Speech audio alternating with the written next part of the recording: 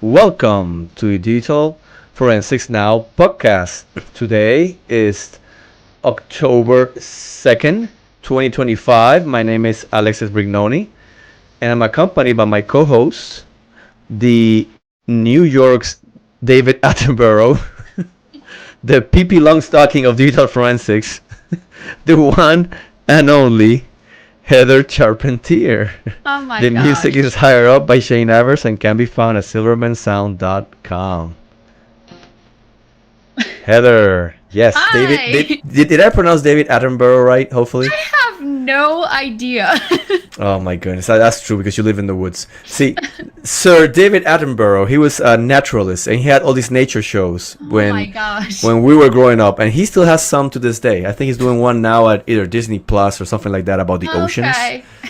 So, do you know who Pippi Longstocking is? At I least you gotta do. know. I got the Pippi Longstocking reference, and everybody will understand it in a minute. But I did get the Pippi Longstocking reference. You saw the books or just the show, the TV show? The TV show. Oh yeah, TV show was the best growing up. Yeah.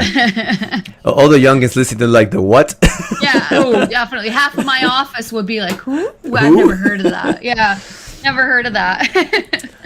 But thank you for the great introduction, as always. Absolutely. I'm happy that you're gonna share with us all those references now. Yeah. So what's been going on? I just got back from vacation, which is why we skipped a couple weeks there on the podcast episodes. I just got back from a vacation to an animal farm, and I've got some pictures to share with everybody. I'm telling you, And then you she's should a naturalist. understand. Oh, she's a naturalist, of course. So my sister and I took a road trip to Tennessee last week, and we went to Ocoee Riverside Farm. We stayed in a covered wagon. It was called the Welcome Wagon. It was awesome. And I just have pictures of all of the animals that I have to show everyone. So the first guy was the first animal to greet us. That's Picasso the llama, and Blackjack the donkey, and then Prince Ali, my favorite animal on the farm. He's a white baby camel who I loved. And then my sister and I got to just go in and interact with all of the animals the entire time. It was so awesome. We were petting baby Highland cows, feeding them bottles. You can see fennec fox that we were holding in the picture.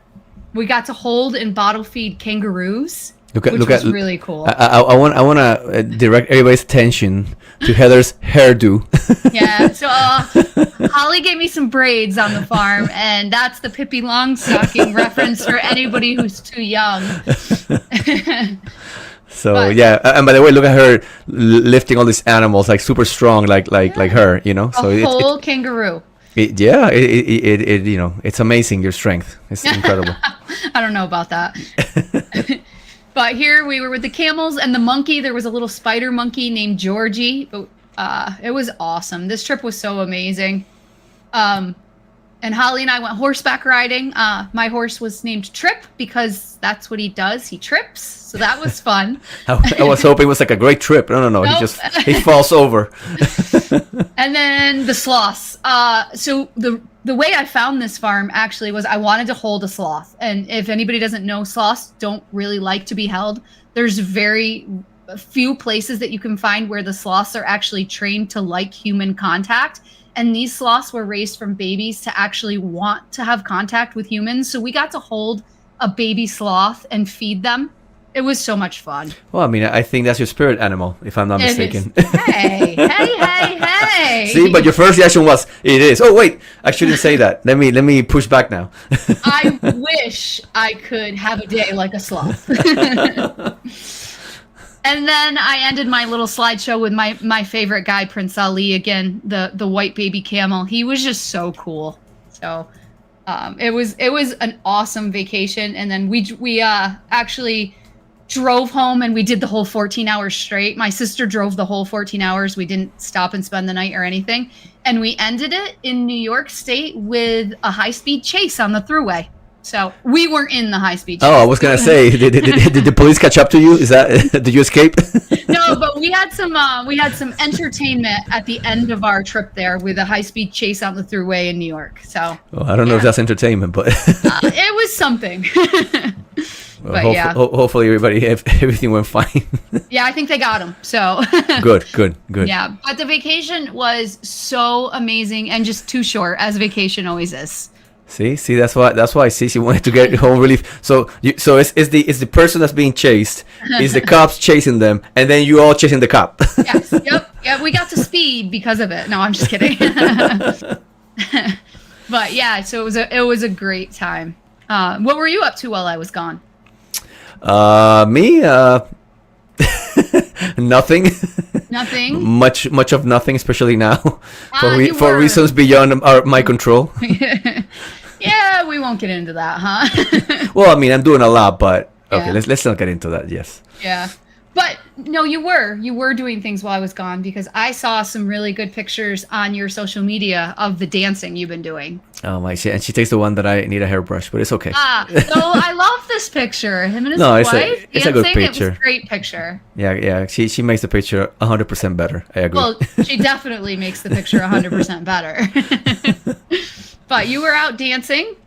Yeah, I do that on the weekends. Like I try to do it every weekend. I mean, you can't do it every weekend, but I try.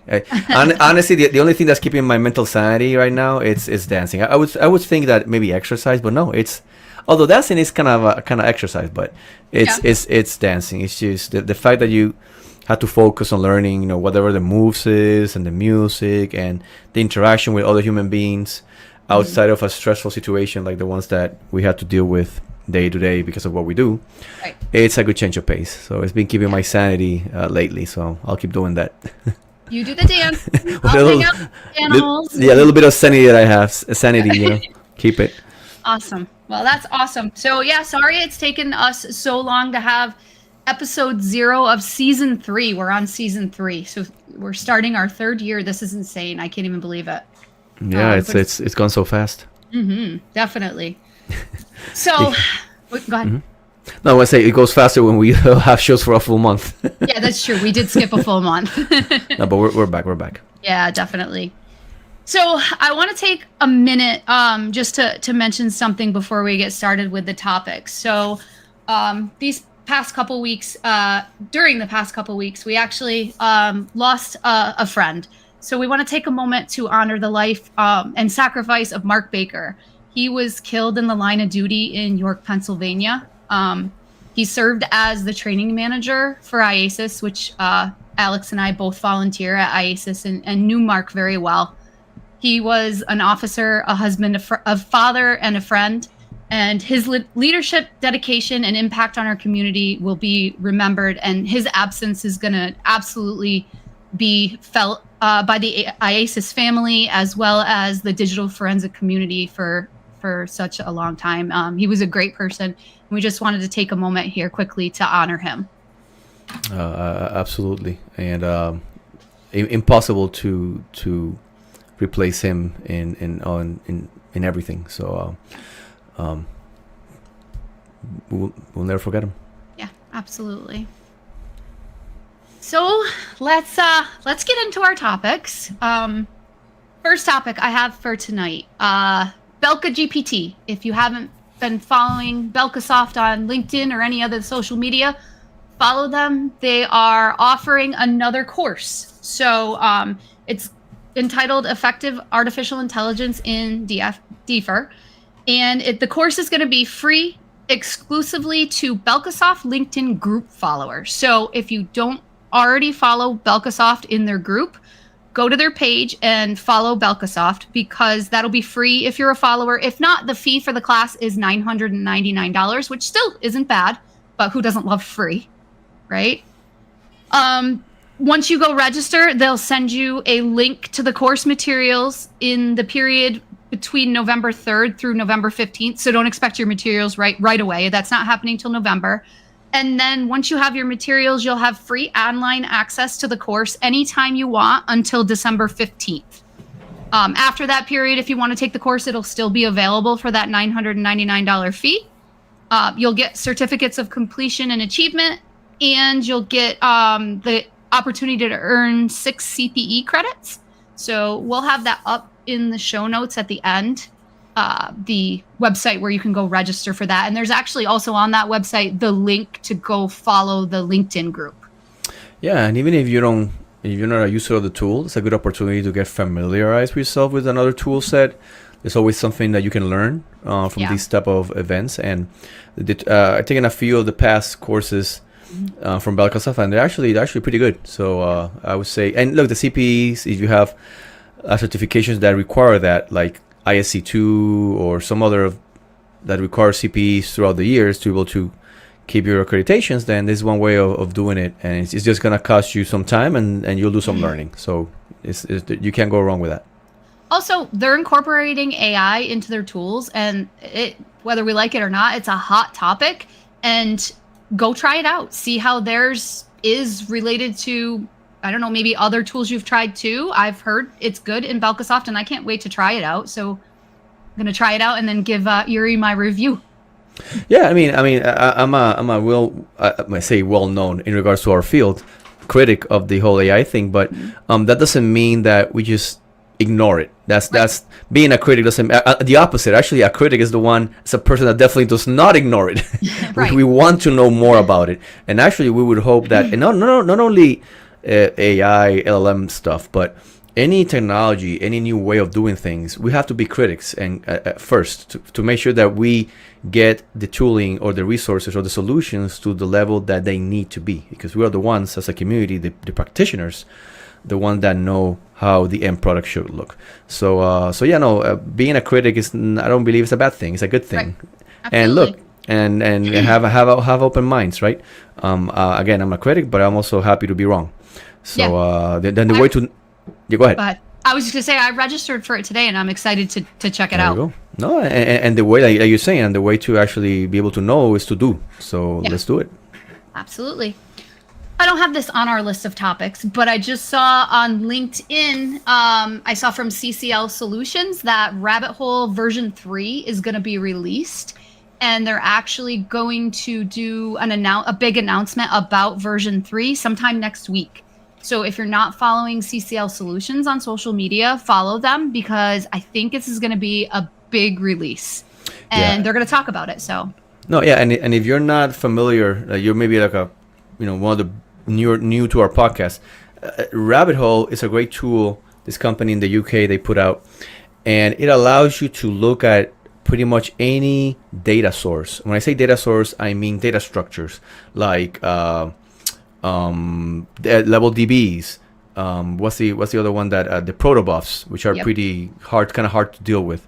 XML, SecB files. Oh yeah, so it supports all of those, and it's pretty cool because then, as you look at your source data and you find the path where the data is, and then you go and you parse it with the tool to get what you need, you can save that work that you did and then reapply it in the future to other similar data extractions, right? Kind of saving your work. So it's a great tool. We use it, and correct me if I'm wrong, but I think we both use it mostly to do a lot of our research, to be able to figure out what things mean, what things are. Absolutely. So it's a worth tool to use. We use it in our class as well, in the advanced mobile device forensics that we teach for IASIS. So keep your eye out. And even if you don't have it, it's good to know what's out there. What are the capabilities of the tooling? And if you don't have it, they do offer a 30-day free trial. So give it a minute for the new version to come out, and go try the new version with the trial. You're gonna want it if you try the trial, for sure. No, and for sure, people need to understand that we don't get paid anything to promote nothing. Right. so you're just talking about our experience of using tools and the like. But yeah, we don't get sponsored by nobody. So I gotta make that clear. I want to point out some recent blogs that have come out. So Debbie Gardner from Hexordia actually recently wrote a blog called Training First Responders in Digital Evidence Handling, How to Protect Your Department from Case-Destroying Mistakes. Great article. It stresses that digital evidence is now present at nearly every crime scene, and that first responders often risk destroying it if they just don't follow the simple tasks that need to be done in preserving evidence. It's a great blog. I'll put the link up for everybody in the show notes afterwards, but a great blog about how to kind of mitigate some of those issues you may run into when handling and preserving data. Actually, I'm gonna freestyle here because I had a meme about it. Here it is. Oh. Let me see if I can I can show it here on the screen without messing this up. So not too long ago, and it's so great that when things kind of converge like that. I had a let me see, which screen do I want to share. 1 second here, everybody. See, that's what happens when you try to freestyle things. But I will share it though, because I'm not gonna quit. I'm not a quitter. You're like me when I'm trying to share the screen, except I have all my stuff ready. Oh, that is true. That is true. But what I'm gonna do is I'm gonna quickly, with my fantastic Mac computer, snip it and then show the snip. There you go. That'll work. That'll work. So yeah, so on this meme, let me go back here to share it. On this meme, I like it because it's a picture of a guy sitting in a chair, and I'll show you in a second I'll be describing as I'm looking for it. The guy is sitting in a chair, and of course, if I open the picture, I can actually share it. And there's another guy that's kind of standing, kind of looking at him. Where's my screenshot? Where did it go? See, I hate myself now. That's all right. That's all right. No, well, I'll get it. People. Bear with me. Bear with me. It'll be a second now. Where did you go? There we go. Here it is. All right. So the guy is sitting in a chair, right? And I'm now gonna share it so we can actually see it. He goes here, goes here, goes here, and goes here, and allow, and here it is. Okay, so so people are listening. So there's this guy in this chair, and it says digital device. That the guy in the chair is the digital device, and there's another guy that just took a shot at this guy. So he killed the dude in the chair, and the guy that's making that shooting, the caption says, "Fingers the screen, alters data, makes no effort to preserve access," right? So literally killed that digital evidence. And then that guy turns around and says, "Why is the digital forensics lab so useless?" Oh, that's great. That's perfect for this topic. and the comment that I made is like, again, this is, look, any similarity to actual events is pure coincidence. Well, my comment was, device gets wiped before getting to the lab, but after it's seized, right? Yeah.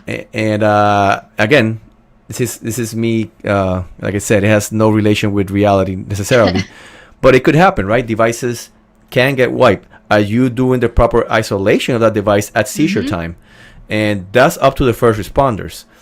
I mean, look, if you have an examiner with you, hey, that's great. But I would say, you correct me if I'm wrong, but at least 9 times out of 10, you're not gonna have an examiner with you, right, at seizure time or a first response time, right?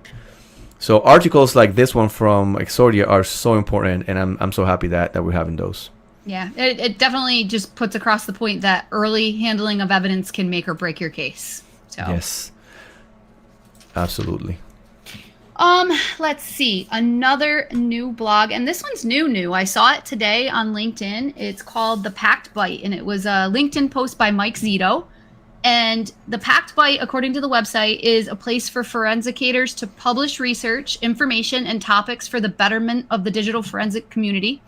And the platform is geared towards those who don't have the time, energy, or resources to like make their own blog. So we've talked on the podcast numerous times about how you can give back to the forensic community, and it's like, make sure you share your research. You can create your own blog. Well, if you don't want to create your own blog, gives you another option. You can just post your research to this blog. There's on the website, there's a join button. You can join it, and then there's email address to request access to post your own blogs. And Kevin Pagano messaged today when I said, "Ooh, I'm gonna throw this out on the podcast tonight," and he's gonna put it on the Start Me page too, the Forensic Start Me page. Fantastic. Yeah, the more venues we have to share information, absolutely the better. Yeah, absolutely. This looked really cool. There's already a few articles up on it too, so go check out. I think there's like 6 or 7 articles already up there for our viewing pleasure. There we go. All right, more blogs. We found a lot of blogs, but we've also been off for a month, so people have been doing a bunch of work. It's the blog episode to start the year.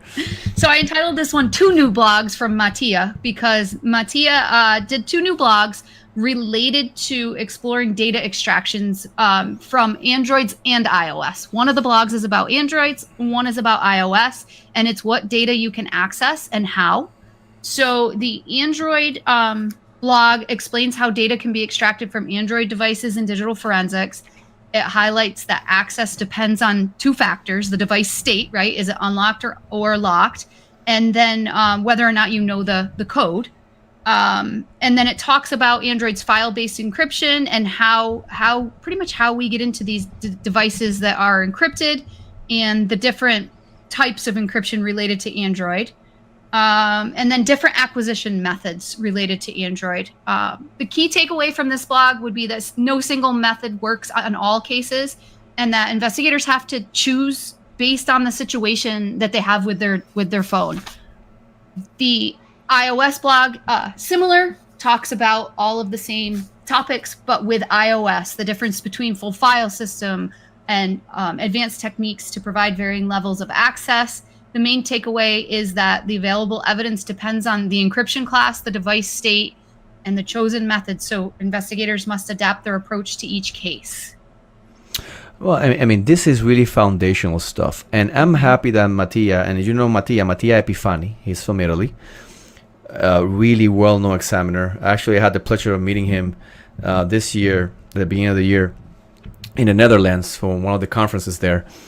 And this is foundational stuff that you need to know, right? Yes. Most examiners, you tell them, well, what's the difference between an AFU and a BFU? And they'll tell you, well, you get less on the BFU. Mm-hmm. What does that even mean? Less of what? And how much less of? Like, what does that mean, right? Right. And something as like he explained in the blog, right? Between credential encrypted storage and not, right? Is the difference, for example, between if your phone rings and you haven't logged into it after you turn it on, well, it will ring, but the screen won't tell you who's calling.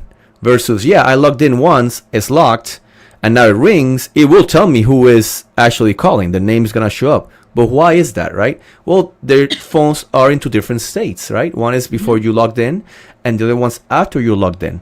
And different of these encrypted storage spaces have different levels of permission and access to data depending on what the state of that phone is. These are things we need to understand. Why? Because they will inform how we process and deal with phones in those states.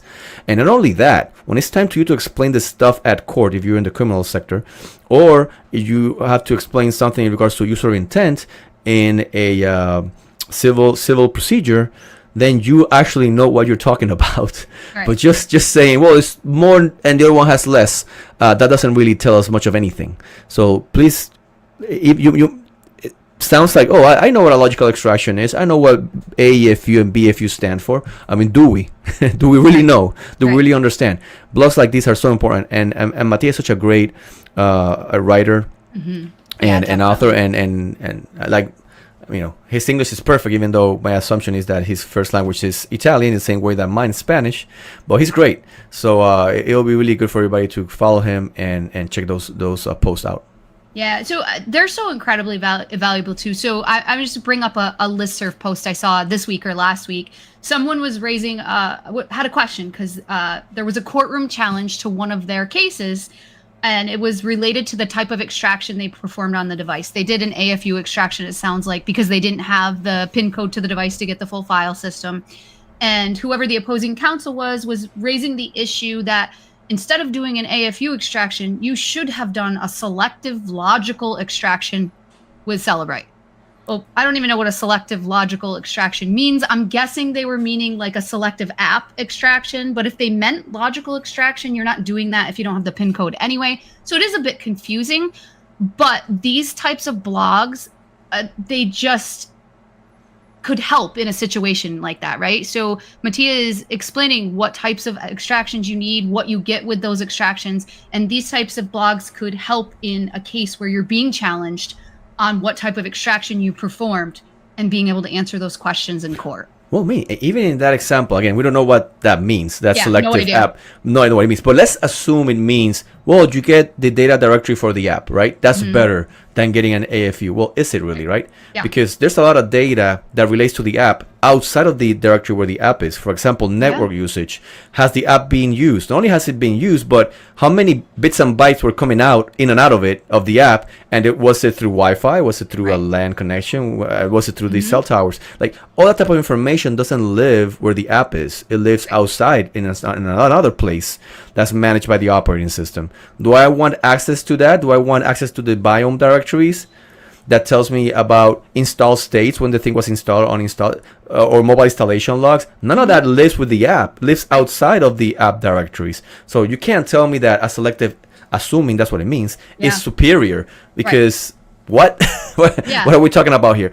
And again, knowing what you're talking about here will then illuminate people to make the decision and figure out what actually the correct course was, which in this case would be the course you took as an expert, right? Absolutely. And I actually have an example of that as well. So recently I was doing a little bit of research into the Google Pixel's new function where you can take call notes. And we're going to talk about that later because in the Leap section.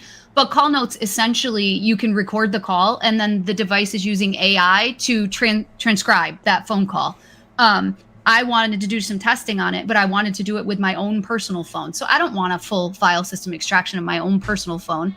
So I used the selective app option and just pulled the call logs. Well, guess what? The call notes data is not in there. It doesn't pull that. So I don't even understand the selective application extractions anyway, because you're going to miss so much. But there's an example right there where you actually do miss part of the actual call. Well, and you make a great point in regard to testing. If you use whatever feature, not a selective app, but whatever feature it is, and you test it out, you know what you can get, what you don't get. And there might be situations, so let's say, for example, like your example, maybe I need only the call logs, and we get those based on your testing. Now, I won't get the transcripts, but I do get the call logs, then I'm okay, because that's only what I need, right? But if you don't understand what you can get or not get, same thing with understanding what AFU, BFU, and the different states are of the phone, then you won't be able to make the best decision also for the amount of time. At least in law enforcement, based on our experience, we have more time to actually try to grab as much as we can. But in certain other scenarios, especially in civilian work or work like that, that's not criminal, that maybe the client is paying by the minute. I don't know. They might want to minimize that cost and really get to whatever you need to get. Again, like we'll show later, it all depends. Yeah. There's a good article on SWIG.de as well, entitled "Considerations for Required Minimization of Digital Evidence Seizure."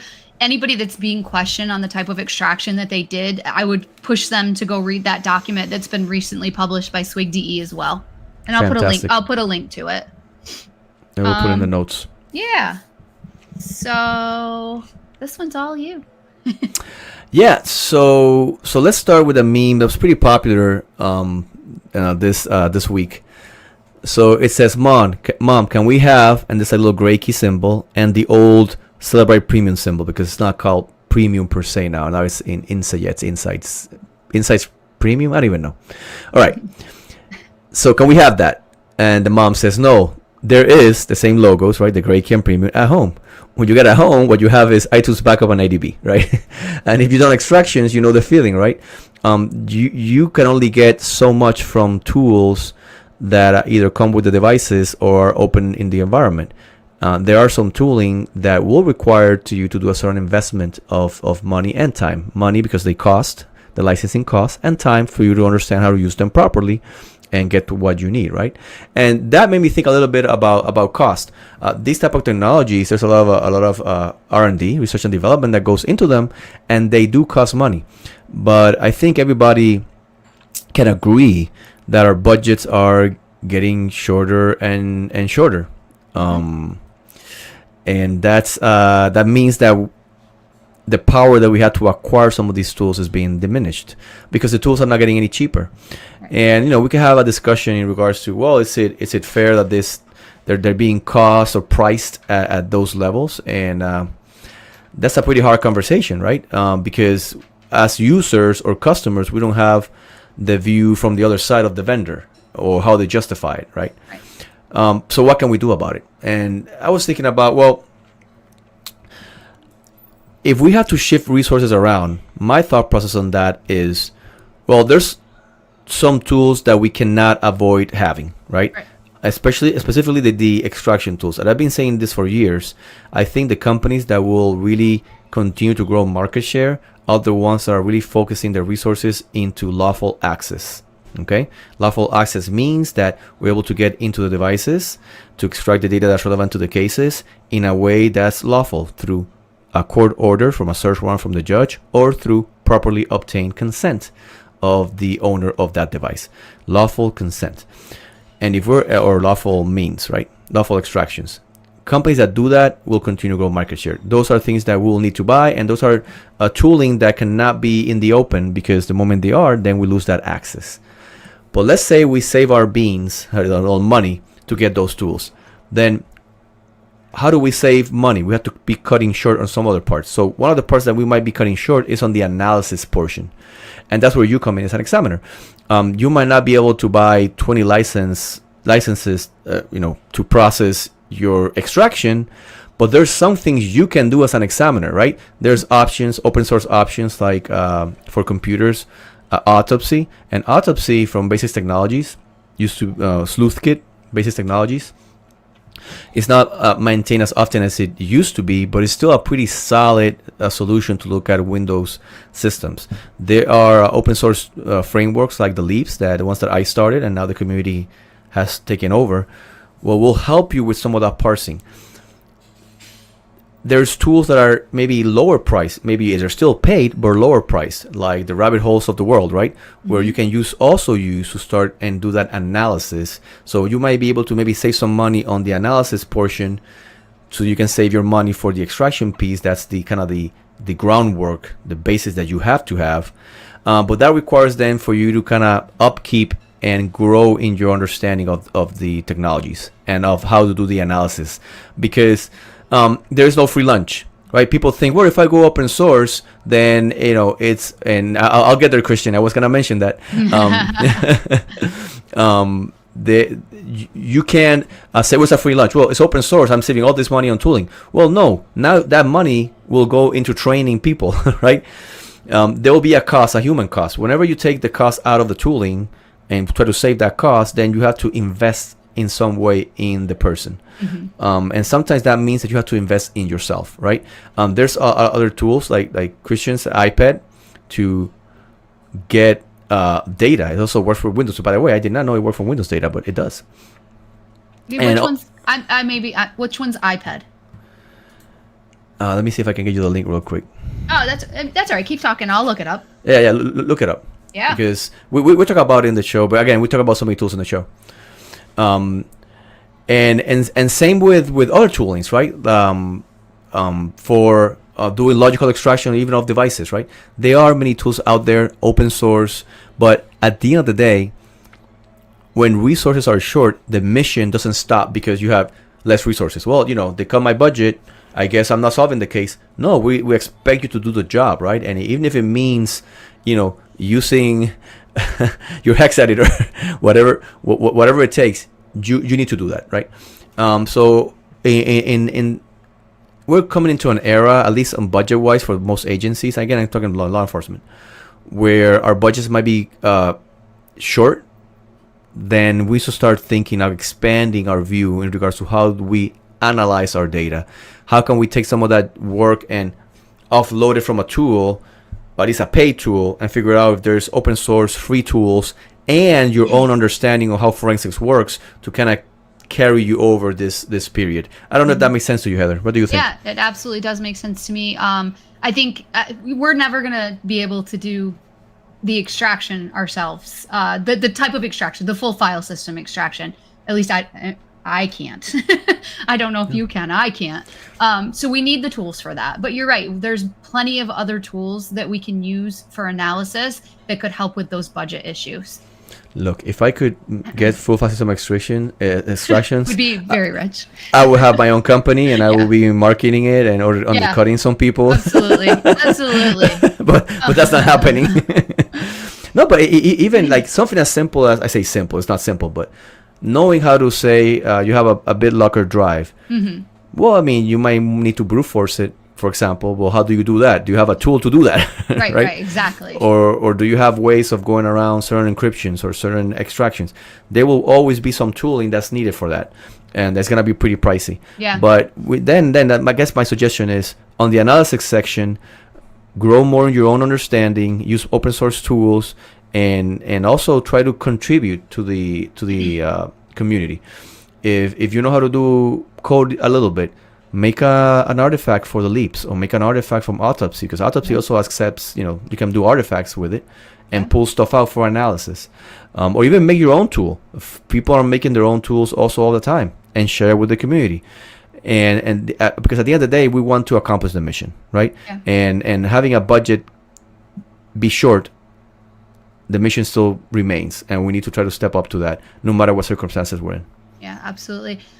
It was today that I learned what iPad is, by the way. So iPad is on GitHub. It's a digital forensic tool, open source, and can be used to process and analyze digital evidence, often seized at crime scenes by law enforcement, it says, or in a corporate investigation by private examiners. I've actually never heard of that, Christian, so thank you. First timer here for that one. Christian wrote back and said it's a bit like Autopsy. Yeah, no, and it actually looks great. I confused it with another tool we talked about. So no, we haven't talked about this one yet. Yeah, no. Yeah, but no, actually looks pretty legit. So that's something we definitely need to check out. Yep, definitely. So speaking of open source and low cost options, though, I have a little sneak peek that Christian Peter actually sent to me. Let me pull it up here. So we are going to have a new tool soon. It is not available yet, but I have a little sneak peek for everybody. And I want to thank Christian for naming this tool in my honor. No. Obviously, everybody knows that it's because of me that this tool exists. So thank you, Christian, for calling it. Christian, if you're listening to me, I know you are. You have to change the name of this tool. So the name of the tool is Android Logical Extractor, and for short, it will be Alex, which we have to change it. And since it's gonna be such a great tool, and it is a great tool, it's gonna be called Alex Is. So I think that's gonna be the most proper name we can give to it, because it is really good. So we have to brainstorm a little more about this name, please. No, we don't. But so Christian actually sent me some screenshots to share with everybody. But Android Logical Extractor, it looks a lot like UFade. So I love that it's green to make it really obvious it's Android. Yep. Eye rolls hard, Kevin says. The envious, jealous haters always showing up.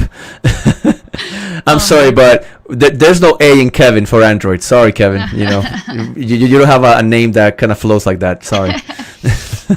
So in the screenshots, I'm showing the early stages of the interface for Android Logical Extractor Alex. You can see on the left-hand side, we have the information about the Android device that Christian had connected. There's reporting options, acquisition options, logging options, and then advanced options. There's sysdump, there's logcat dump. Let's see what else we have.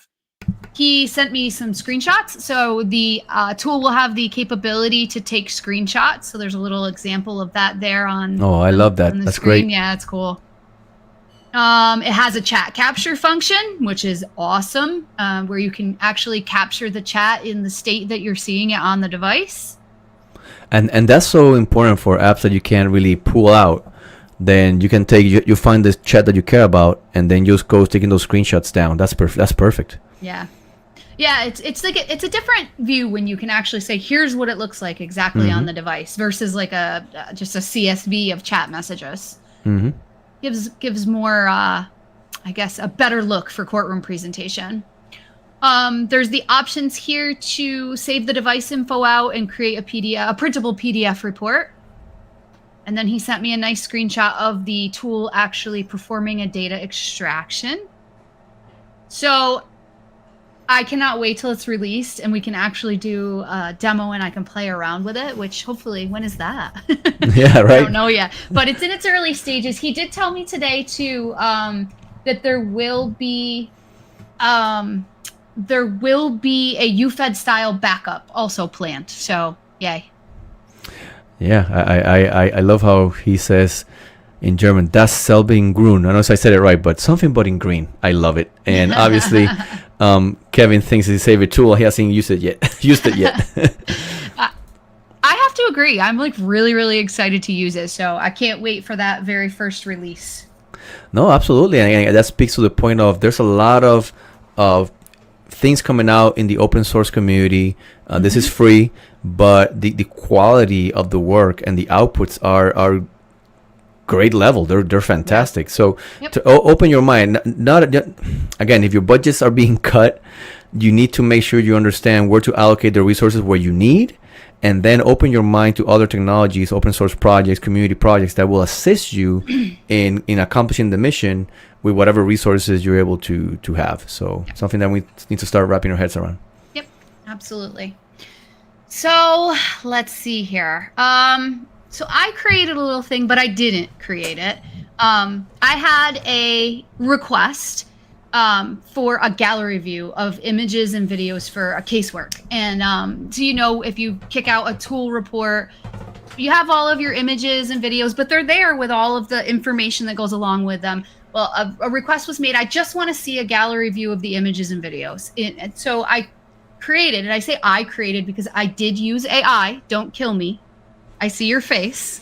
You prompted it, but you did nothing. Okay. So I know. I'm going to fully admit to that in just a moment. So I used AI in conjunction with a little bit of stuff that I fixed, by the way, to create what I'm calling Gallery Builder. And I just kind of wanted to show you guys that. And then I'm going to talk about some of the issues with what I did. But I have it up on my GitHub. If anybody wants to use it, go ahead. But if you're requesting any changes or updates, I may not know how to do that. So like it as it is, please. But I do want to share, I just want to share what it looks like and what the output looks like. And anybody's welcome to use it. I'm using it for that nice gallery view for presenting. So let me pull it up here. There we go. So this is what it looks like. And it's very easy and straightforward. The photos, if you want to put photos in a gallery view, you hit browse. You browse to the folder where all of the photos are. I will say they have to have extensions. So if your tool of choice outputs those images or videos with no extension, you need to include an extension on the file. You can name the page title. You can then name your output report. It's going to output into HTML. Or you could check the MIME or headers or for the H media and then find out what picture, what type of it is. But like I said, I just easy here. I'm just hating on you. Yes. So and then you just click build photo gallery and it kicks off your photo gallery. I have another tab where you can use it for videos. The reason it's separate is it's using FFmpeg to create posters to have the videos shown in the HTML, and I'll show you that in a second. And then one of my coworkers was like, oh, I like it, but I want my images and videos mixed. So I did one for a mixed assortment of images and videos as well, so that you can view those all in an HTML file. So I'm going to pop up really quick just what the output looks like. So let me just open that. All right, and share my screen. Entire screen. There we go. So I have my pictures here from my trip that I used for it. And they're all in just a little gallery view. If you click on the picture, it comes out in a new tab to a full screen, a larger picture. And you can do that with any of the images. And then if you were to do the videos, I will say it looks pretty cool. So well, I love it. Yeah, I can't hate how it looks because it's actually pretty straightforward. Actually, it looks pretty nice. So with the videos, you can either play the video right here in the gallery view, or you can hit oh, it's playing the sound, or you can open it up into here. I'll open this one into a new tab, and that comes out full screen. Can you hear the music? No, I can't. Okay, I hear the music in my ears, so and it'll play those videos open in a new tab for you.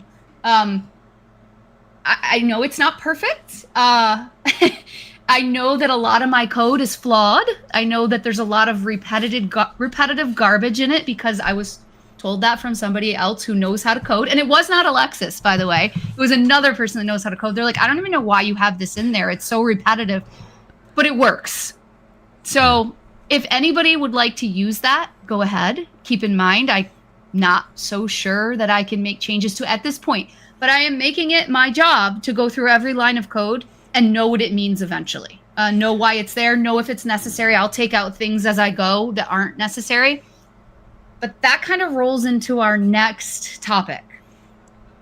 So there's been like a bunch of buzz around the words vibe coding. I didn't even know what it meant. Jessica Hyde said it to me. She's like, oh, vibe coding. And I'm like, I have no idea what you mean. So I Googled it.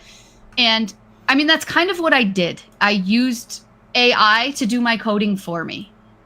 But there are issues with that. And specifically issues with me doing it in the tool that I built. I don't know what it means. I need that basic foundational knowledge of coding before I can use the AI to code, at least trustworthy and know what I'm doing, right? Relying on the AI to generate the code, it's just not the right way to do it. We're going to run into problems eventually. With my gallery builder, it's not that big a deal. I can go look in the folder of images and videos and see those are the images and videos. It got it right. But if we're using it to decode data, to parse data, if we're using the vibe coding idea to parse returns, or we're using it to parse any data really, how are we validating that? How are we checking it? And how do we ensure that that code doesn't have a bunch of garbage in it that's going to negatively affect our cases? What are your thoughts? Well, look, I mean, in regards to your project, again, I like how it looks. Yeah. But something as simple as, for example, the code, I look at it quickly. It mixes the HTML part with the actual scripting part, and they're intermixed there. And that's tough, right? If you want to update the view of the program, then you have to go through all the lines and try to change that view. But if you use like a templating system that exists to handle the graphical user interface or the HTML separate from the code that fills the screen, is easier to work with. Now, I say that because for small, and Heather is correct, for small projects, something quick, it works. It's no big deal. And again, I'm not religiously against AI, right? For small things, sure, why not? Like I was kind of let's say I was bored, right? So I did a quick retirement calculator. Because for some reason I'm thinking about retirement lately. 15 seconds, 14 seconds. You're not counting enough, are you? Oh no, of course. The program is doing that. And I mean, it's a simple thing. Do I want to? How do I take this out of the screen, Heather? Take it out of the screen. Yeah. I'll get it. Yeah. Yeah. So do I do I want to sit down and code a retirement calculator? Well, I just went in ChatGPT and kind of asked it, and it was funny because I asked, it gave me something. And it gave me, well, do you want me to add this? Do you want me to add that? You want to make it, and keep asking me questions. I said, yes, yes, yes.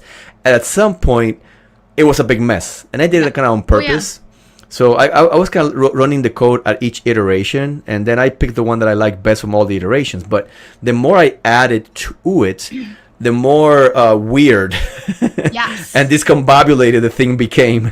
And the code that it gave me at the start, which kind of was pretty okay, with the code that gave me at the end, it was a big difference, and it did not behave in ways that I expected. And that tells you about how these systems operate, right? And how they don't really keep good track of context, because they're not really thinking. Of course, they have a limited set of tokens they're working with, right. And that's what our tokens a topic for another day. But they can have a use now, like Heather's saying, and in regards to my thoughts on that. I'd be really weary of just vibing into things for things that are important and make assumptions, because when you're the underlying problem is that when you vibe code, you're coding on assumptions. Because if you knew how to code, there would be no assumptions, right? You would just you know what you're doing, right? But you're assuming the system is understanding what you're asking and is providing an output, and that's correct. And you can say, well, I'll verify, like Heather said. Yeah, if it's small data sets, that's great. But if they're really large, are you going to try to code that? I mean, I'm sorry. Well, you're not going to code it, but you're going to try to verify that, validate that. And if you look at that code, if you're going to look at, depending on what you asked and for how long, at thousands and thousands of lines of code when you don't even know where to start. Yeah. So it's a problem with what's the due diligence when we do this? Right? Where's our attention to detail? Where's our moral probity when we're trying to have these systems do the work? And some people tell me, well, you're more efficient if somebody that knows how to use the AI also uses the AI, and it's like you're like a big nanny for the AI. And I will contend that in large projects, that's not even really that efficient either. So I think AI in this type of coding context could be seen as a resource to, like how we used to use Google without the AI, or Right. used Oh, yeah. what was this web page for coding? It's called there's a page, I forgot the name right now, Okay. that folks, like a forum, I make a question and people that code answer that question, right? Then sure, that's gonna help you. But offloading that cognitive work to the LLM, that could be a problem. Yeah. Look, so for example, Kevin says vibe coding is good for GUI building, it's not as well for parsing, and actually that makes sense to me, right? How the interface is gonna look, especially if you're using Python and the different graphical libraries, that's a good starting point. But the actual meat and potatoes of the thing, you need to know exactly what's happening, how you're doing it, right? Right. So if we're using it to parse things, but you don't understand the code, which I don't, so I would not be able to do it. But if I'm using it to code to parse things, I can't even go back and check the code to make sure AI got the code correct. I don't even know what it means. Somebody like you could use it and then be able to tell like what it means. I can't right now. Well, and sometimes it's the time investment in doing that part. Yeah. If you Oh, definitely. still, so where's the time savings, right? And again, these systems are being sold as the solution to things. And Magic. Magic. No, look, Magic. whatever you used to do at the front, right? Getting ready to do your script, do your parsing, do your stuff. Well, the LLM will do it, but that work doesn't disappear. Now that work is done at the back end, because you have to do the same process to make sure the thing worked properly. And if it didn't, or it only worked properly in certain instances, remember, a broken clock can be right twice a day, right? If it only works in certain proper circumstances, then actually you're taking more time. There's a kind of joke on LinkedIn. Folks, people, I say joke, but is it really a joke? Putting in their profiles, Vive coding cleanup specialist. Oh, like, jeez. like a position, right? Like Vive cleanup coding specialist. Yeah. That's Oh, my not goodness. if we're getting into that, that's a problem with how we're trying to address or add these LLM tools into our workflows. Again, I'm not saying that you shouldn't use them, but I'm saying you should be really careful. If you don't know how to parse something and you ask the LLM and you're getting some results that look right, they might just look right. Yeah, And they may not be right. Yeah, the look is not enough. But the problem Okay. is, so definitely regular coders who understand it will see that. I Yeah. won't see that. People who don't know coding at all will not see that, and we run the risk of then presenting data that just is not right. Well, and again, there's a moral aspect to it, right? Should we be satisfied with just getting that output? No, we have, again, a responsibility to do proper due diligence, attention to detail, and our probity. Is this thing to the specs and the standards that we expect from our field and from the work that you will do as a human? And the base of comparison can be, well, human makes mistakes. That doesn't. I hate that comment, and I get it all the time. Well, LLMs are just as bad as people. Then I don't want things that are as bad as people. I want things that do better. Like the standards should not be the human that messes up, because that's what we need to avoid. We don't need to perpetuate it and then make it bigger at scale. Yeah, we have this solution that's so human, it messes up like humans. Therefore, it's good. Right. Okay, or treat it as a coworker. Actually, what studies shown, I'm going off. You got me into this AI topic. Sorry. What recent studies shown, or study that came out a couple of days ago, and I make a quick mention on my LinkedIn, is that coworkers that get input from other coworkers that's being produced with AI, right? And when they get that product, now it's their problem. Somebody put some prompts, whatever the output was, they pass it over to the next coworker in that that line of work. Now it comes to me to do my part, and I know it's AI stuff because it's crap and it's not done well. Well, the people that receive that will think less of the coworker that sent it to them, and that disrupts the cohesiveness and the cooperation that we want within our working groups. That's what the studies show. They will think less of you if you throw some AI slop at them that it look right and you send it out. And that really messes up the workflow not only of the data that you're working with, but between the human beings, the real people that are supposed to be interacting. You send me this, now I have to redo your work or push it back, but then you get mad, and then does that make sense? So there's a lot of hidden costs that we need to consider when we implement these solutions, and where does these solutions fit within our workflows, and that's something that we need to really think about before we go all in on them. Yeah, absolutely. So yeah, again, everybody is welcome to use the gallery builder. There are no guarantees that it's going to do what you want it to do, but it did what I wanted it to do, and I'm going to make improvements to it as I learn more and more about coding as I go. And actually one more thing, I just reminded me. And one last thing, Okay. and I get on my soapbox. These systems are trained on data. Obviously, it's a large language model, right? It's a smaller subset of information gathered from all sorts of sources, right? That's what a model is, a smaller version of a thing or things. There is, again, a moral dimension in regards to how these tools are trained. Specifically in our field, where vendors are putting LLMs and we don't know the provenance. Provenance means how they were trained and from what data sources. Were all these data sources properly licensed and copyrighted, for example? And again, this is me talking as a user. I think some LLMs that create videos for people, if you ask them, yeah, I want a video of Mickey Mouse smoking weed, right? For example, which is something that Disney will never do or approve, right? And number two is something that Disney does not license Mickey like that, right? Oh, yeah, and then they're pretty pretty zealous or jealous with their IP, right? Intellectual property. These AIs are actually creating these Mickey Mouse characters smoking weed. Again, I'm making a made up example. Well, how does the LLM know what Mickey Mouse is? Did they get Disney to license these intellectual properties and the use of their Mickey Mouse characters? Are they licensed? Right. And again, I'm not a lawyer, so I know nothing about law. But I'm applying that not to speak about these LLMs specifically, but about our field.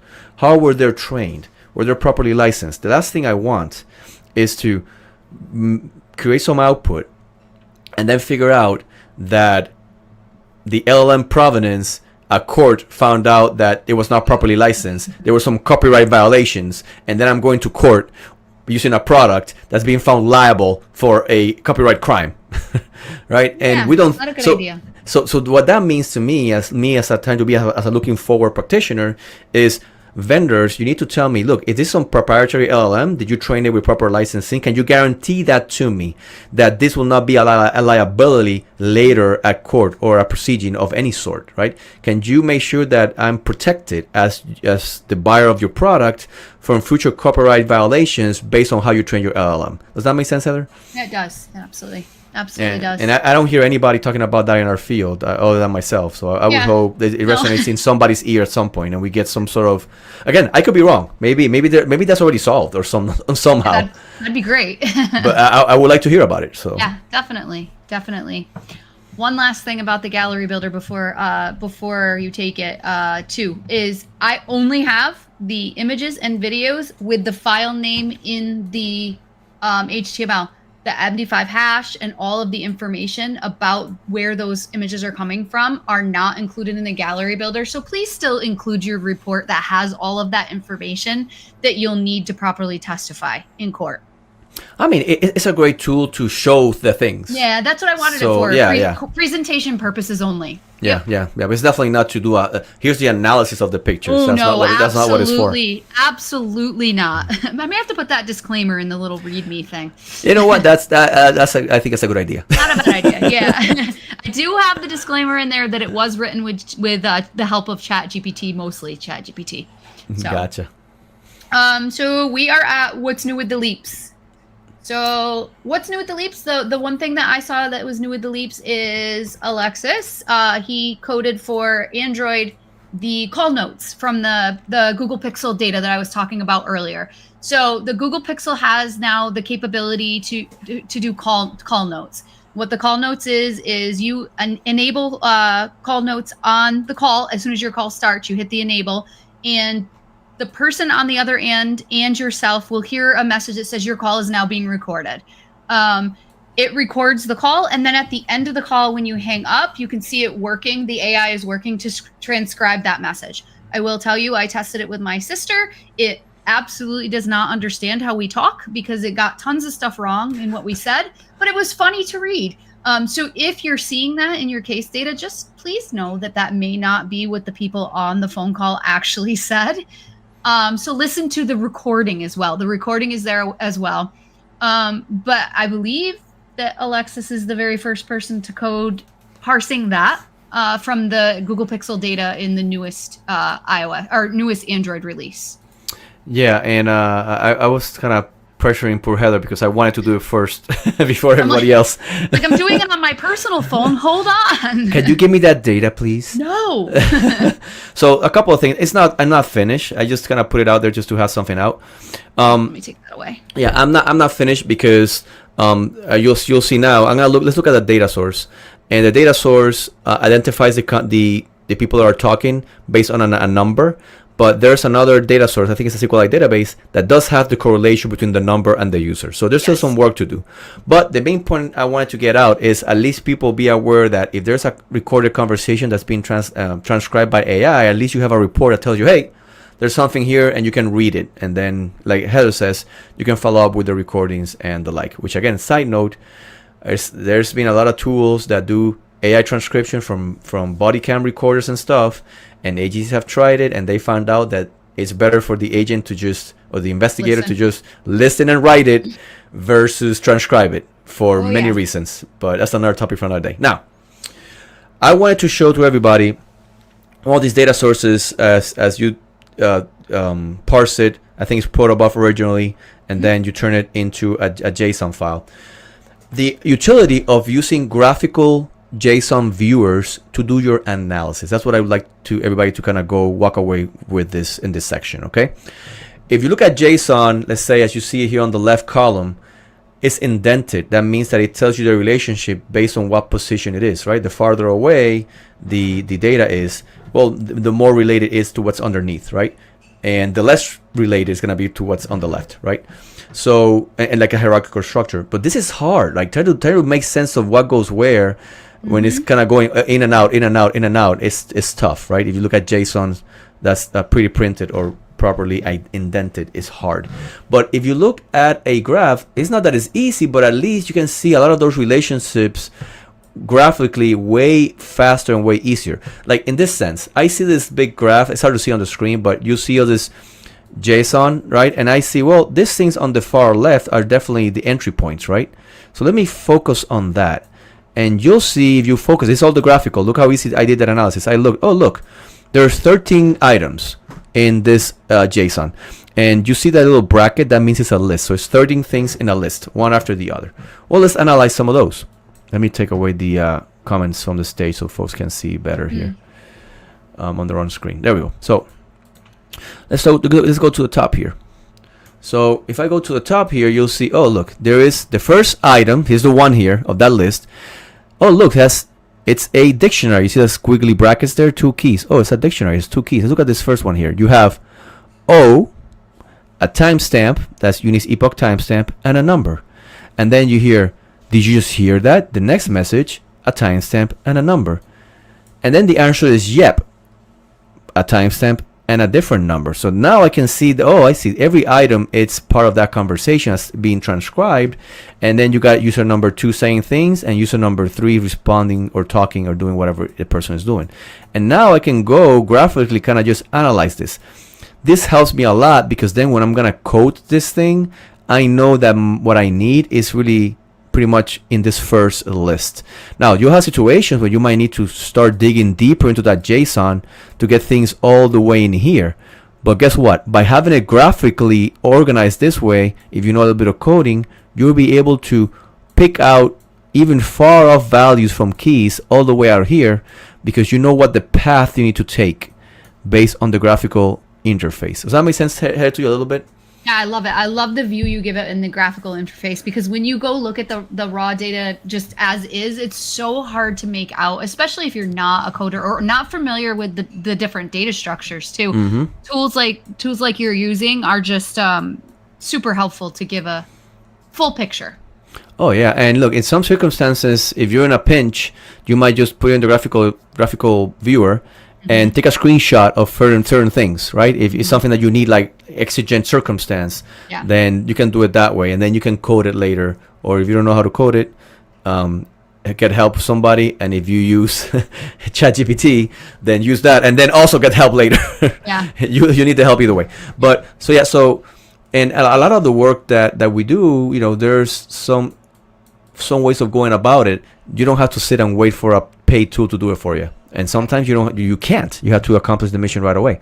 So open your mind to understanding what data structures are, what a JSON structure is, and play with some of these graphical viewers. This one is called JSONcrack.com. Now, this version is online. You don't want to put your data online. So if you're gonna, I'm not saying if you should buy this or not. It's just one that I picked randomly from the Google search.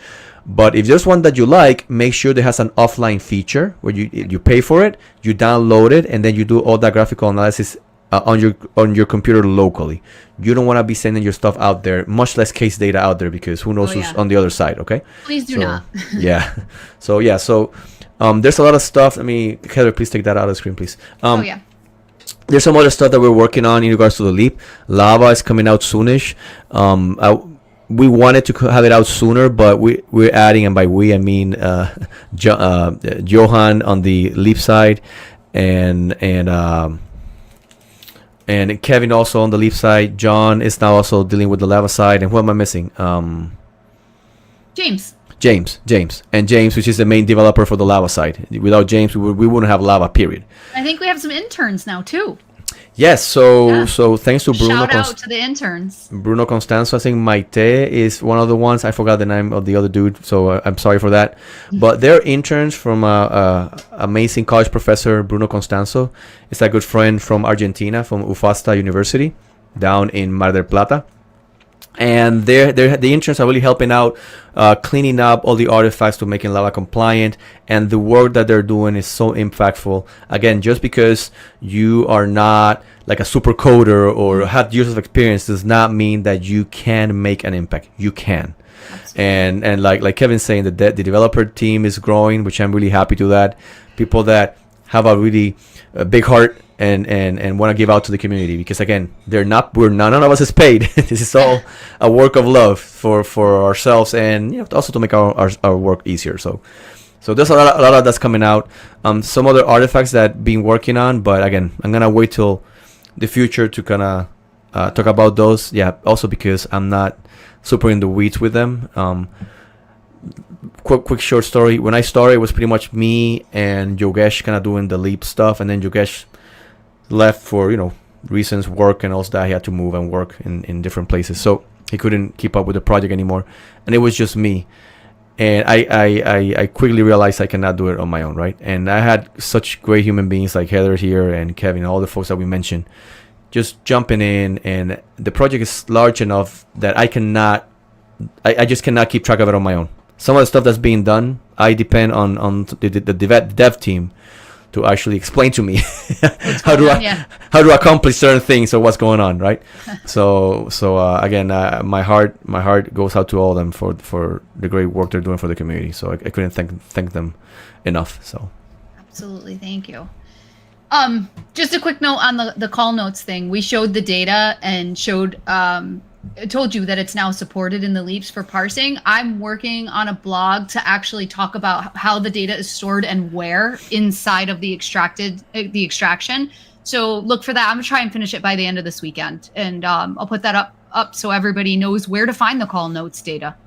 Absolutely, and also that will pressure me a little bit into finishing the script to actually put the names of the people that are talking. I also add the audio, because the audio is kept, if I remember correctly. It is. So I need to make a report with all the audios, and then how do they relate to the conversation. So there's still stuff I need to do. So right, absolutely.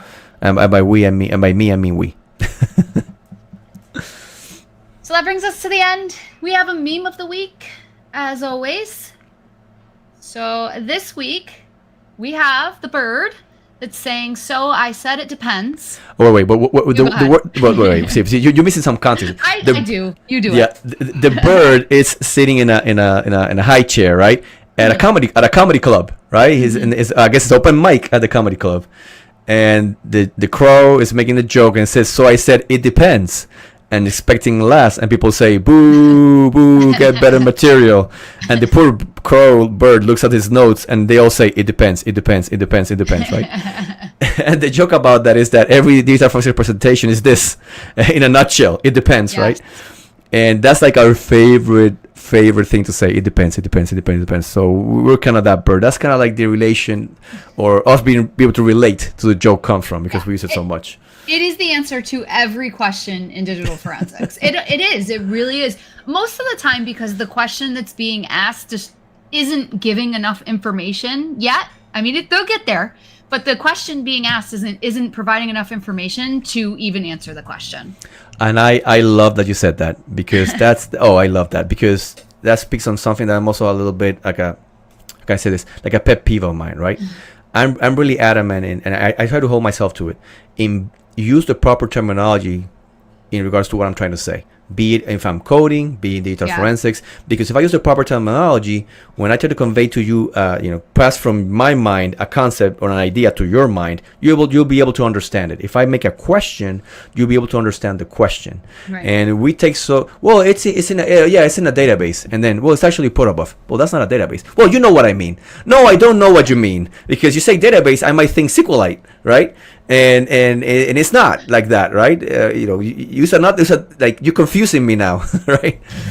I feel like you're directly calling me out right now. Oh, look, I do that all the time. I'll be like, "Oh, it's this or it's that," and he'll be like, "What are you talking about?" Like, you know what I'm talking about. Yes, but I'm gonna make you say it the correct way. Look, I'm not gonna say if the shoe fits, but if the shoe fits, I don't know. but I do that. But that goes with asking questions as well, right? Yeah. When we need to ask a question about somebody, if you're asking for help from a person in the community, don't have me guess what Right. you're trying to get at. Absolutely. Or don't have me do the research. No, give me a good question with all the context that I need, so I All can the answer details. you. Yeah, all the Yes. details. Yes. Because if not, you're gonna get it depends, and you say boo, and I'll tell you, well, ask me about a question. So then you get an actual answer, you know. Yeah, or they're gonna be like, "This Alexis guy has no idea what he's doing." I mean, that might be true, but not for the reasons they expect, right? It's not because of the Right. forensics. It's because I Exactly. don't understand what the heck you're asking. Exactly. So I think that wraps up the show for the week. Yeah, no, actually, I was a little bit kind of down with the weather. Not weather because I'm sick, because it was kind of cloudy and all that, and things are happening. But I feel so much better mood after the show. So thank you Yeah, for this was great. thank you for this. Yeah, thank you. All right, everybody. Thanks for staying with us. Obviously, a little bit over the hour, but we appreciate it that you're here, or the folks that listen live, or the folks that are listening now afterwards or watching afterwards. You can find us in LinkedIn, the Digital Forensics Now podcast. We also have recently a new Leaps page, LEAPPS, also in LinkedIn, that our amazing webmaster and responsible of all our online presence, Kevin, will continue to help us maintain, and where you can get information about the Leaps, also leaps.org, so you can sign up for the newsletter. So and the announcements of when Lava comes out, if you're in the email list, you will get that email immediately, so you can go and download it. So leaps.org, our Leaps page, Digital Forensics Now podcast in LinkedIn, and you can interact, chat there, and see what's going on. Yeah. Anything else for the good of the order, Heather? That's it. Thank you so much, everybody who tuned in. Thank you, everybody, and with that, we put the out music, and we'll see you hopefully in a couple of weeks. Yeah. Take care, everybody.